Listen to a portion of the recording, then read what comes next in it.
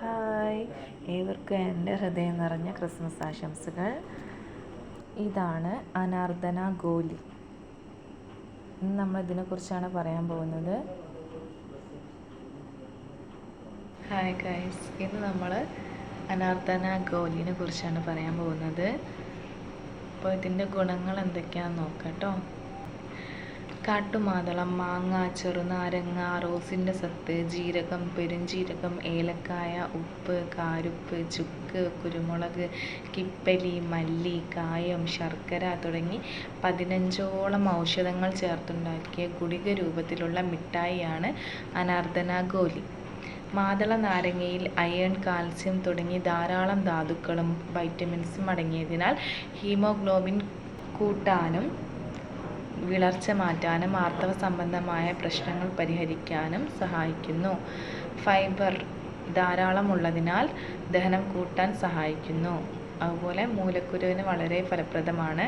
മധുരവും പുളിയും കലർന്ന ഈ മിഠായി വായ്നാറ്റത്തിന് അത്യുത്തമമാണ്.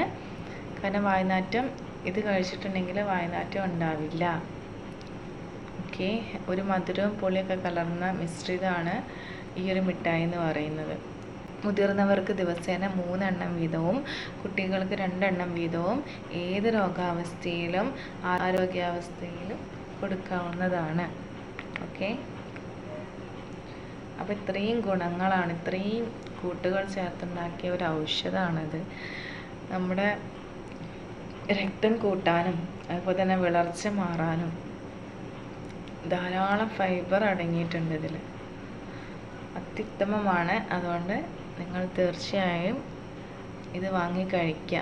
രക്തം ഇല്ലാത്തവരും അതുപോലെ തന്നെ മറ്റു പല വിളർച്ചയും കാര്യങ്ങളൊക്കെ ഉള്ളവർ തീർച്ചയായിട്ടും ഇത് വാങ്ങി കഴിക്കുക. അത്യുത്തമമാണ്.